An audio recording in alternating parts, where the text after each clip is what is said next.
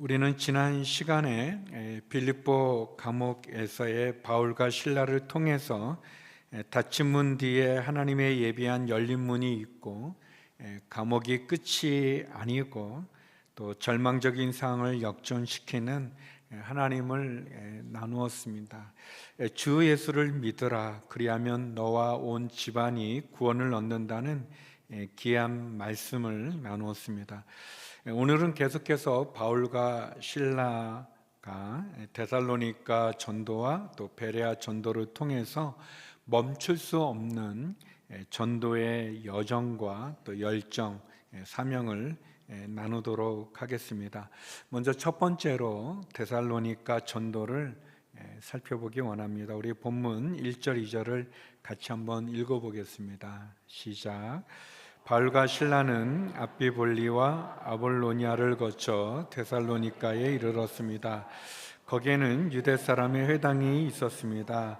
바울은 늘 하던 대로 회당에 들어가 3주 동안 안식일마다 성경에 대해 사람들과 토론했습니다.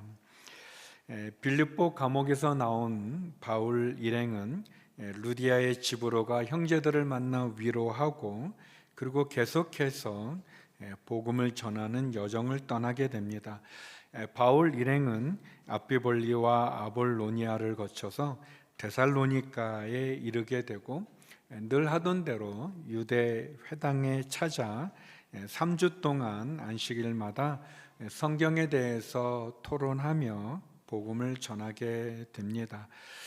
복음에 대한 빌립보에서의 격렬한 반대는 바울 일행을 160km 떨어진 마게도냐의 수도이면서 또 고린도와 견줄 만한 산업 도시인 데살로니가로 가게 했습니다. 바울의 전도 여행을 따라가다 보면 바울이 전하는 복음을 받아들이는 사람도 있지만, 또 반대하고 또 박해하면서 바울 일행을 핍박하는 그런 사람들이 있는 것도 보게 됩니다.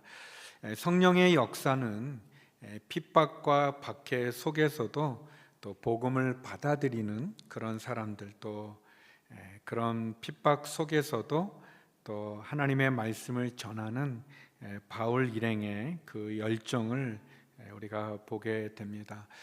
바울과 실라는 이런 박해와 또 고난이 있지만 낙심하지 않고 또 좌절하지 않고, 도리어 자신들의 형편 속에서 언제든지 또 어디서든지 또 말씀을 전하는 것을 보게 됩니다. 그리고 그 핍박을 통해 다른 도시로 옮겨가면서 점점 복음이 확장되어지는 것도 우리가 보게 됩니다.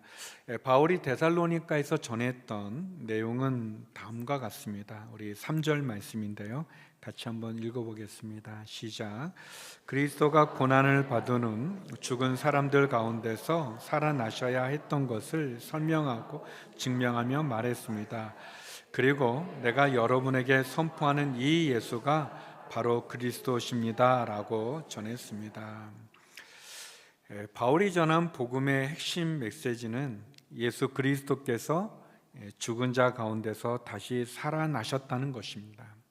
그리고 그 예수가 그리스도라는 거죠. 그리스도라는 말은 히브리어로 이렇게 메시아라는 그런 뜻을 갖고 있습니다. 그러니까 예수님께서 고난을 받고 십자가에 죽으셨지만 다시 살아나셨고, 그리고 그분이 하나님의 아들이다, 우리의 구원자다 라는 그런 내용입니다. 구약 성경에서 약속하고 예언했던 그 메시아 그리스도가 바로 십자가에 죽으셨다가 부활하신 예수님이 바로 구약에 얘기한 그리스도다, 이렇게 이제 선포하는 거죠. 이런 말씀의 선포와 또 이러한 내용으로 토론을 벌이는 과정 가운데 4절에 보면 데살로니가의 몇몇 유대 사람들은 그 말에 설득돼 바울과 실라를 따랐고, 하나님을 경외하는 많은 그리스 사람들과 적지 않은 기부인들도 그들의 말을 믿게 됐습니다 라고 기록하고 있습니다. 바울과 신라의 전도에 예수님을 영접하는 그런 사람들이 있죠. 그러니까 소수의 유대 사람들, 그리고 하나님을 경외하고 있었던 많은 그리스 사람들, 이방인들이죠. 많은 헬라 사람들, 귀부인들이 바울이 전하는 말씀을 믿는 것을 보게 됩니다. 비록 바울 일행을 거부하고 시기하는 그런 사람들도 있지만 바울이 전하는 그 복음의 메시지를 신실하게 받아들이는 순전한 마음으로 영접하는 그런 사람들이 있다는 것을 보게 됩니다. 유대인들의 회당에서 유대인들이 가지고 있는 성경으로, 그리고 유대인이었던 예수님을 전하는데, 데살로니가에서는 유대인들보다는 이방인들이, 그리스 사람들이, 귀부인들이 예수님을 영접하는 것을 보게 됩니다. 이 복음의 열매가 인간의 계획이나 생각이 아니라 하나님의 뜻과 계획에 진행되는 것을 보게 됩니다. 이상하게 하나님께서 우리가 전도하고 선교하고 복음을 전할 때 보면 믿을 것 같은 사람들이 좀 안 믿고, 또 안 믿을 것 같은 사람이 또 믿어요. 제가 설교할 때 은혜 받는 것 같은 분인데 은혜 잘 못 받고 조는 것 같은데 또 이제 굉장히 이렇게 은혜 받는 분이 좀 있고, 제가 이 옮긴 데서 이렇게 설교하는데 이게 조명이 저를 너무 비춰서 제 얼굴이 너무 반짝거려서 좀 굉장히 부담이 많이 되네요. 이걸 모르는 분은 목사님이 요즘 영성이 좋은가, 왜 이렇게 얼굴에서 광채가 나느냐 그러는데 아니고, 이렇게 조명이 이렇게 새로 리모델링하면서 이렇게 조명이 너무 비치고 있습니다. 굉장히 부담되네요, 제가.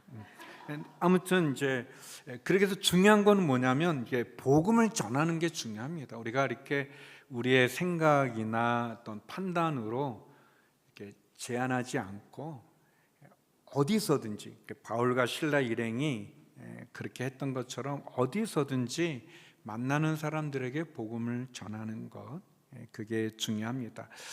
이렇게 데살로니가 안에서 많은 그리스 사람들과 또 기부인들이 예수님을 믿게 되자 유대인들 마음에 시기하는 마음이 생기게 됩니다. 우리 5절에서 7절 말씀인데요, 같이 한번 읽어보겠습니다. 시작.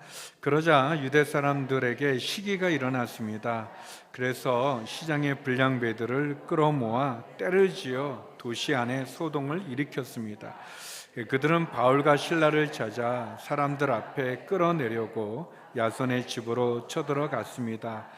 그러나 그들을 찾지 못하자 야손과 다른 형제들을 그 도시의 가는들 앞에 끌고 와 소리치며 말했습니다. 세상을 온통 시끄럽게 하는 사람들이 이곳에도 왔는데 야손이 그들을 자기 집에 들였습니다. 그들은 모두 가이사의 칙령을 거역하며 예수라는 다른 왕이 있다고 말합니다. 유대 사람들이, 이렇게 많은 사람들이 바울이 전하는 예수님을 영접하고 믿게 되니까 그 마음에 시기가 일어나서, 그래서 그것을 핍박하는데 참 너무 어처구니 없는 그런 일들을 합니다. 이 유대인들은 하나님을 유일한 왕으로 믿는 사람들 아닙니까?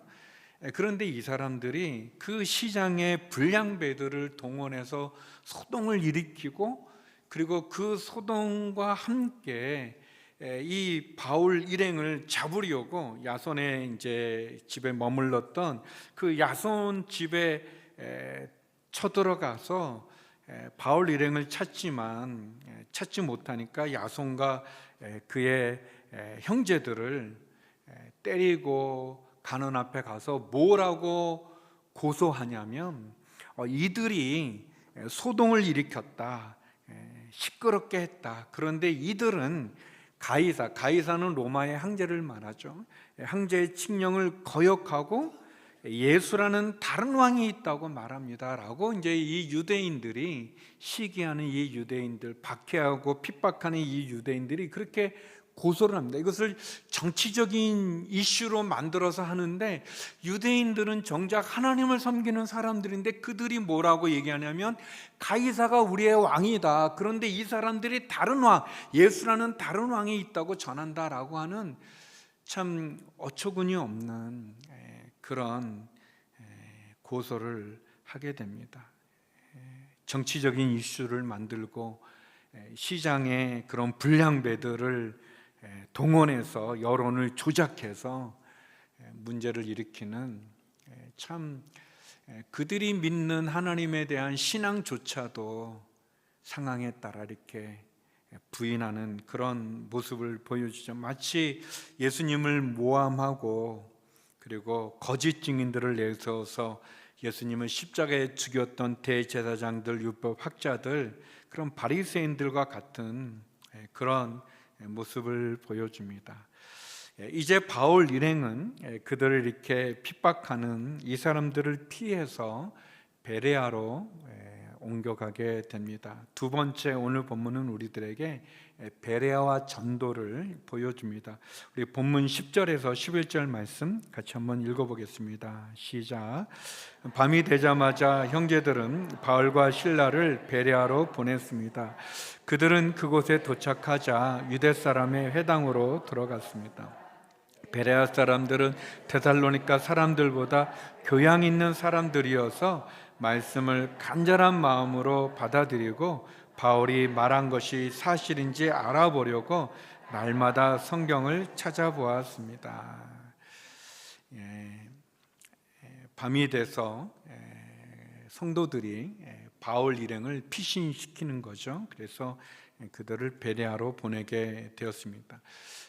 박해에 의해서 또 다른 곳으로 옮겨간 바울 일행은 베레아에서도 멈추지 않고 위축되지 않고 그들은 회당에 들어가서, 유대 회당에 들어가서 다시 하나님의 말씀을 전하게 됐습니다. 근데 놀랍게 이 베레아 사람들은 이 데살로니가 사람들보다 이렇게 교양 있는 사람들이어서 말씀을 간절한 마음으로 이렇게 받아들이고 또 바울이 말한 그 내용이 사실인지를 그들이 가지고 있는 성경을 이렇게 살펴보았다라고 얘기합니다.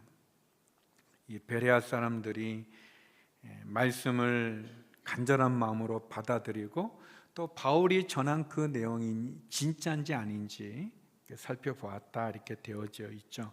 그러니까 이들은, 베레아 사람들은 바울 일행을 어떤 편견 없이, 선입견 없이 그들이 말한 내용을 잘 받아들이고 경청하고, 그들이 무조건 믿었다는 그런 뜻은 아닙니다. 그들이 바울의 말을 경청하고 정말 그런가 이렇게 성경을 찾아보았다라는 그런 내용입니다. 결국 그들 중에는 예수 믿는 사람들이 많아졌고 또 그들 가운데 많은 유대인들도 믿고 또 적지 않은 그리스 귀부인들도 또 많은 그리스 남자들도 믿게 됐다라고 얘기합니다.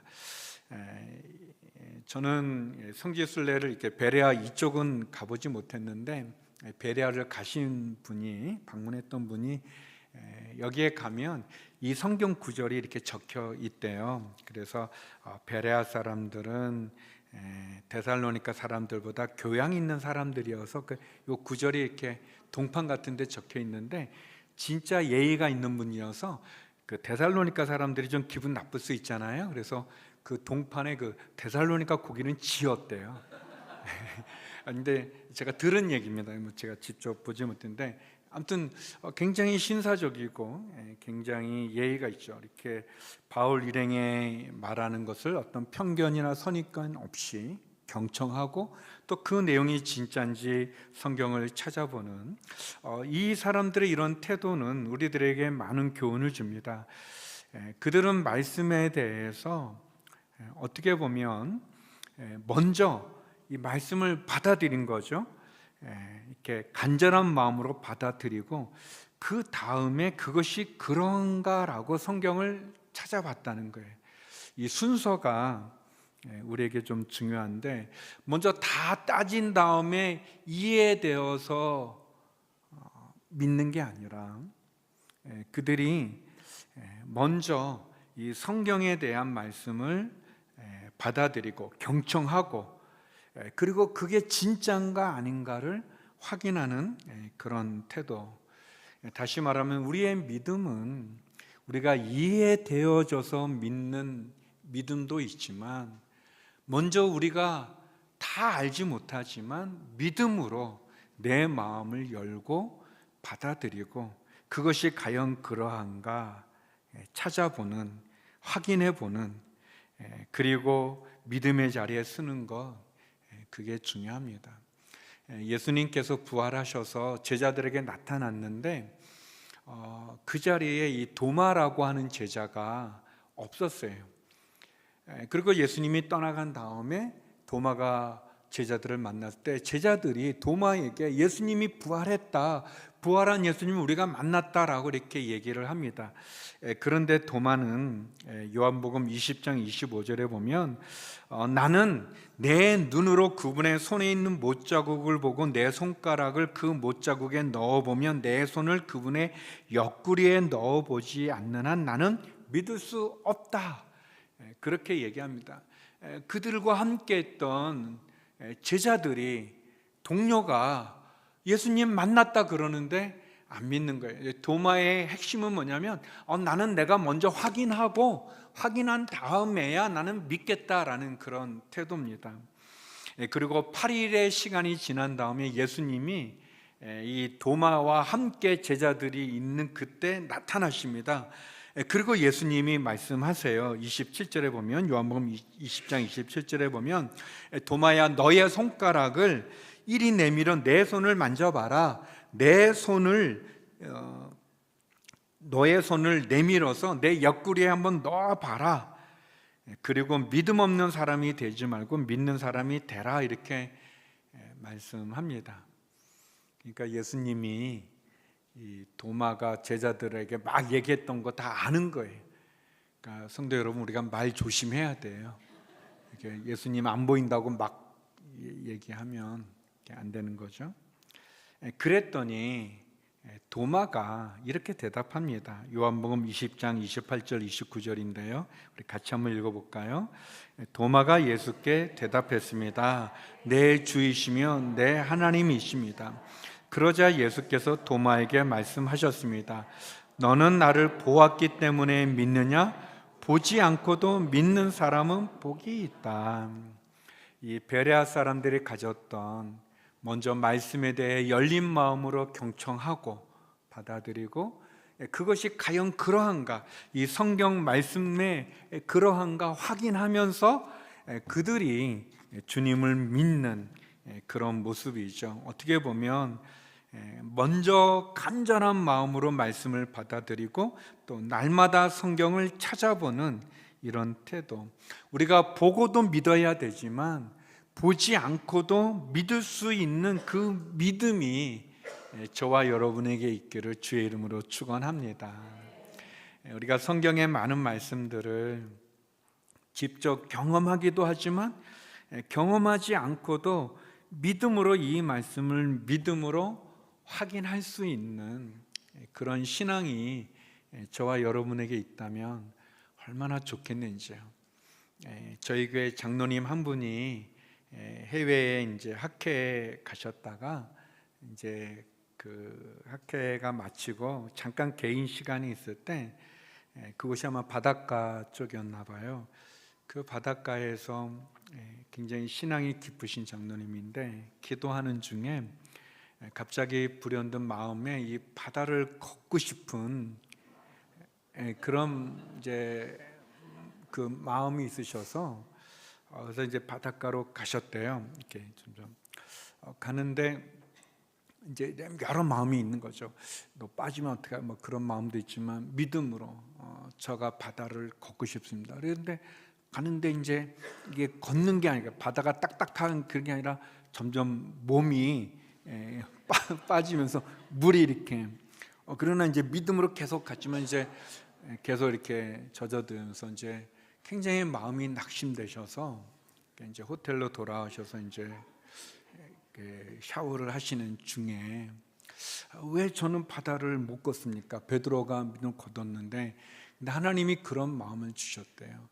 너는 바다를 걷지 않아도 나를 믿지 않니?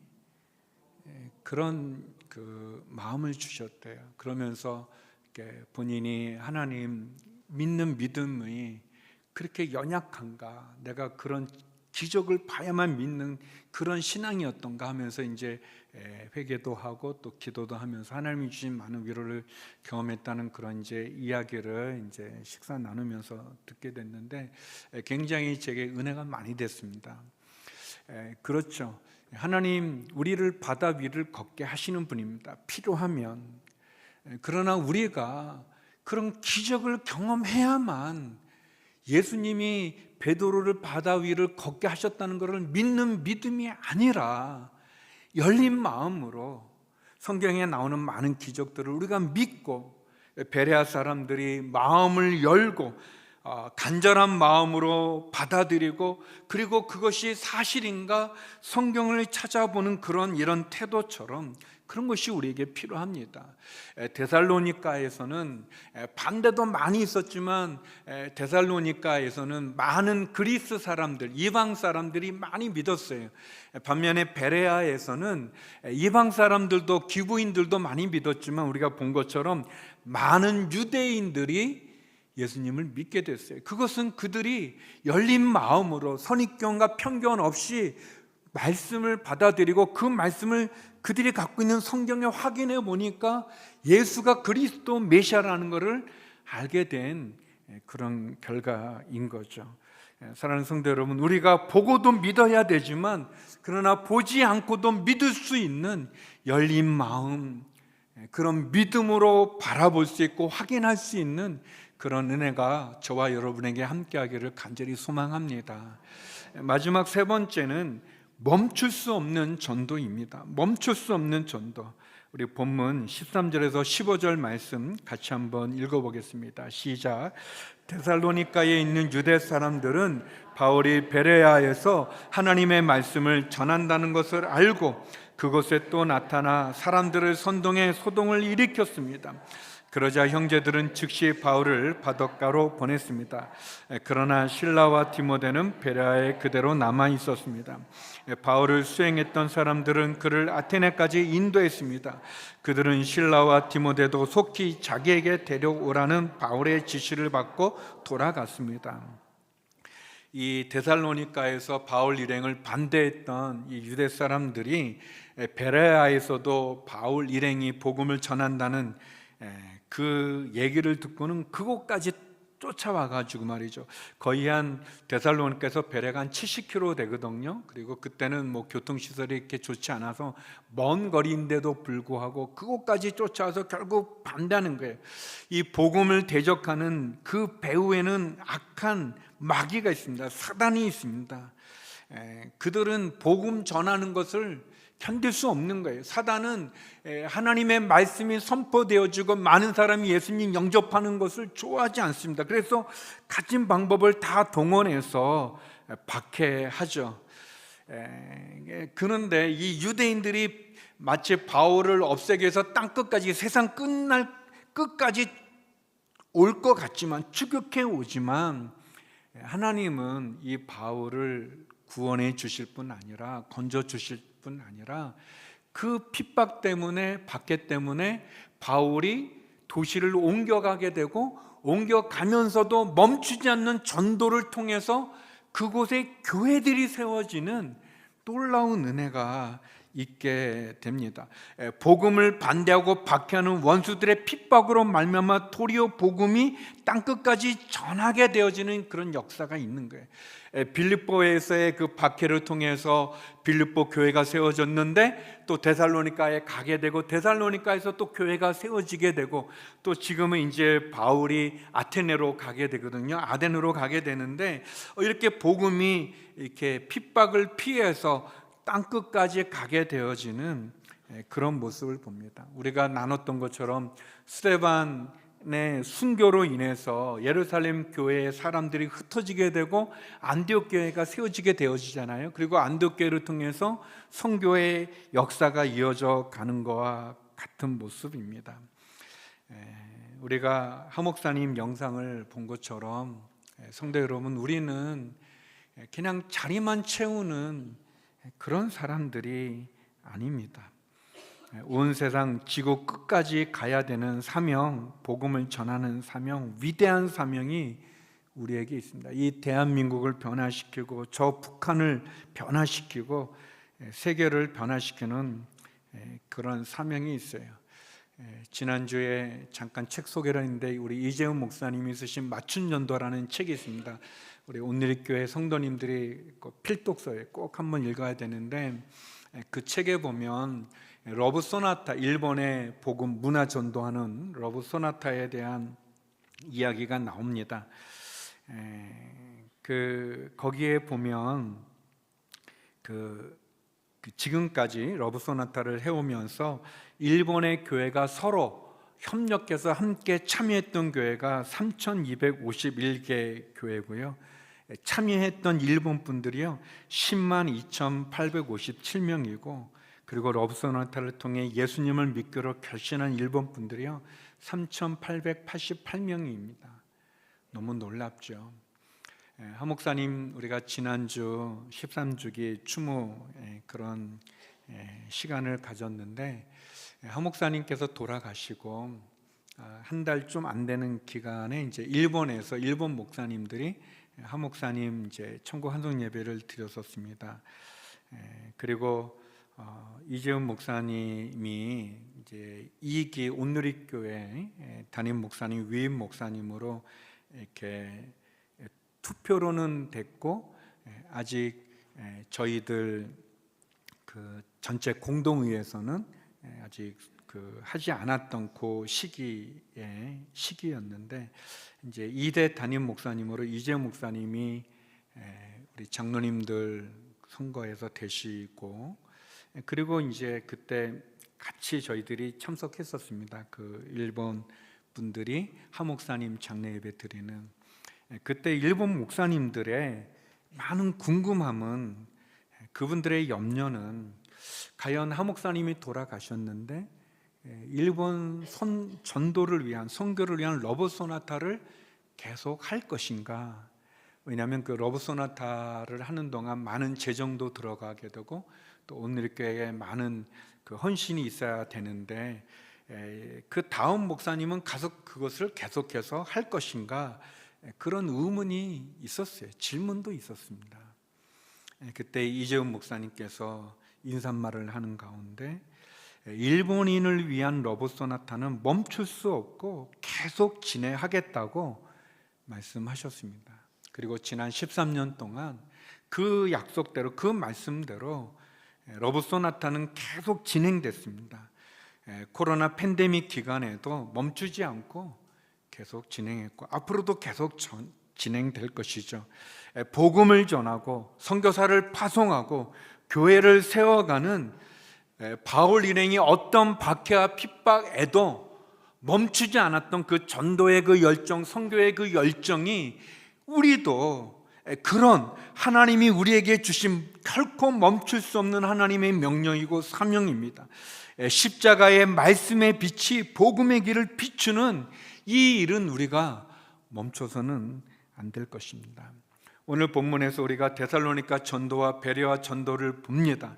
한 곳에는 핍박과 거부가 있었지만 다른 한 곳에는 환대와 환영이 있었습니다. 그 두 곳 다 어려움이 있었지만 복음을 받아들였던 하나님의 예비한 영혼들이 있었고, 바울 일행은 이 전도의 이 사명을 멈추지 않고 계속 진행한 것을 보게 됩니다. 말씀의 빛으로 복음의 길을 비추는 이 사명을 저와 여러분 또 온누리교회 우리들이 멈추지 아니하고 감당할 수 있는 우리 모두가 되기를 주의 이름으로 축원합니다. 기도하겠습니다. 거룩하신 아버지 하나님, 하나님이 우리에게 주신 복음 전도의 사명, 복음으로 말씀의 말씀으로 복음의 길을 비추는 이 사명을 감당하는 저희들 되게 하여 주시옵소서. 예수님 이름으로 기도드립니다. 아멘.